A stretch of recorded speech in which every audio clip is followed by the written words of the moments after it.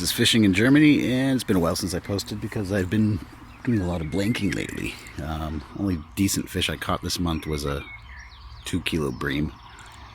A lot of little bait fish active and biting.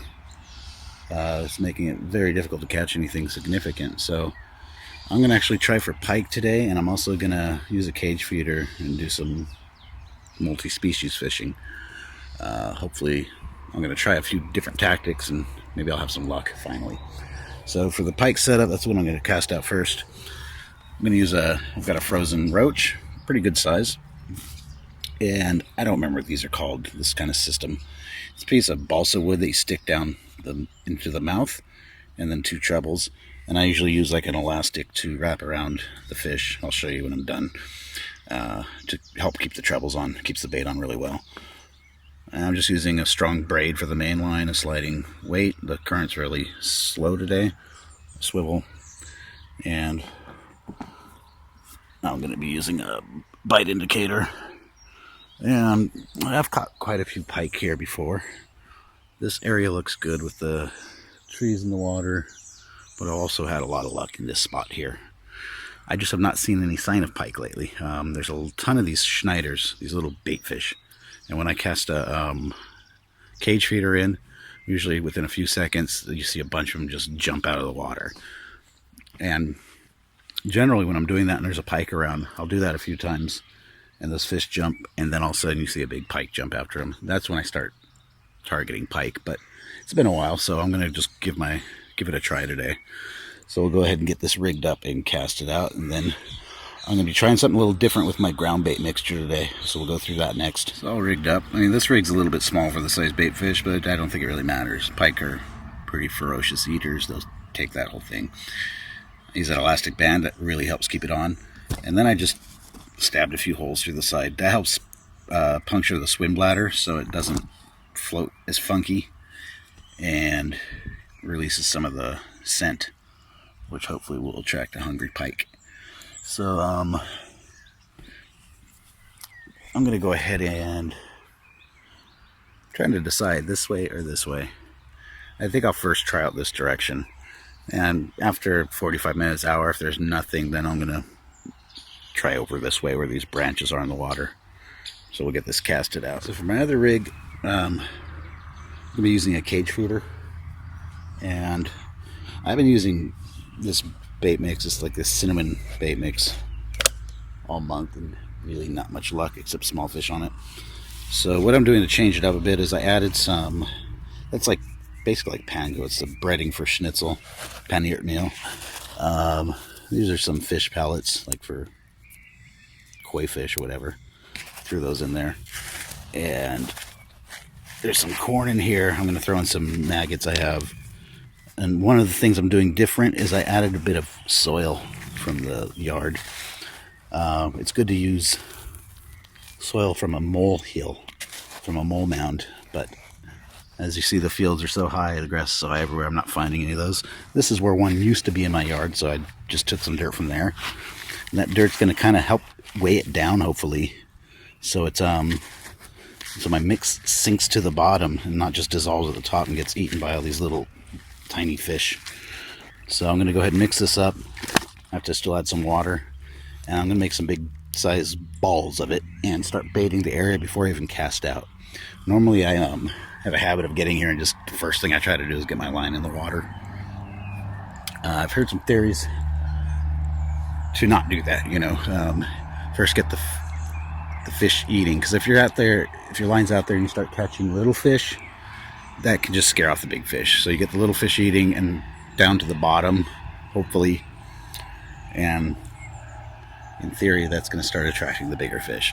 So I'm going to get this mixed up, add the water, get like probably a good 4 or 5 size balls and spread them out in the vicinity of where I'm going to be casting, probably straight out in front of me in the middle here, and give that a little bit of a chance for the fish to start feeding, and then put my bait on and give it a try.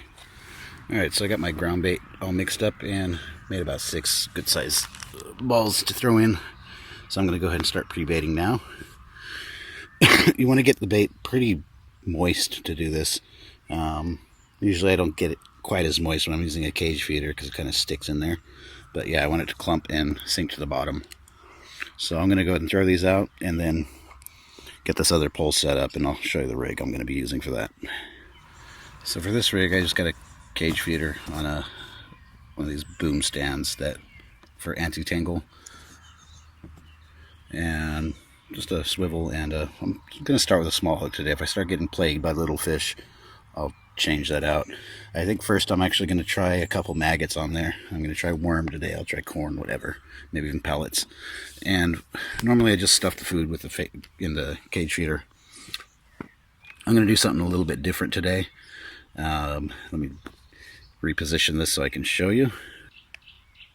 So what it is, I just put a bit of this ground bait into one end of the cage feeder to leave a space in the middle. And I'm going to drop some pellets in there, some halibut pellets. And then I'll plug the other end with the ground bait to kind of keep those in there long enough to get to the bottom.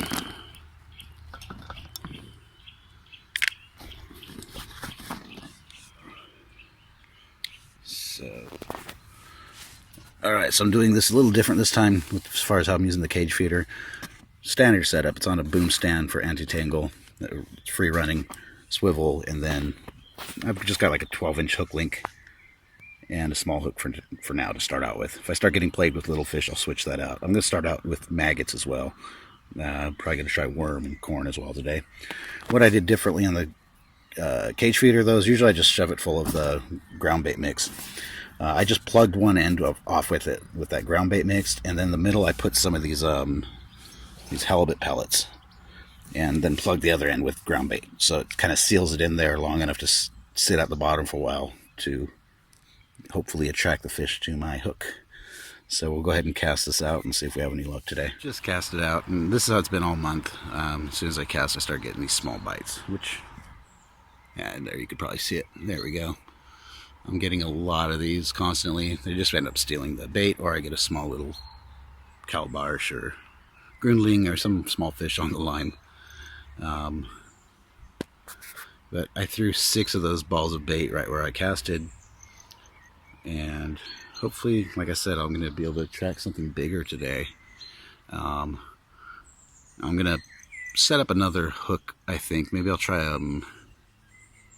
I'm going to try worm next if I don't have any luck with these maggots, because when they just keeps getting these small bites, they don't necessarily rip the maggot off, they just kind of like strip it so there's nothing left, and then they stop biting, or they end up just stealing the maggots. They stay on the hook pretty well, but when these little fish keep pecking at it, it's like this empty casing of a maggot when it's done.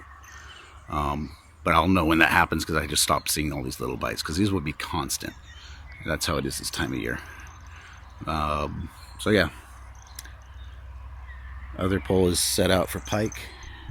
Getting a bit more aggressive bites now, that's good, but still nothing major. So we'll see what happens.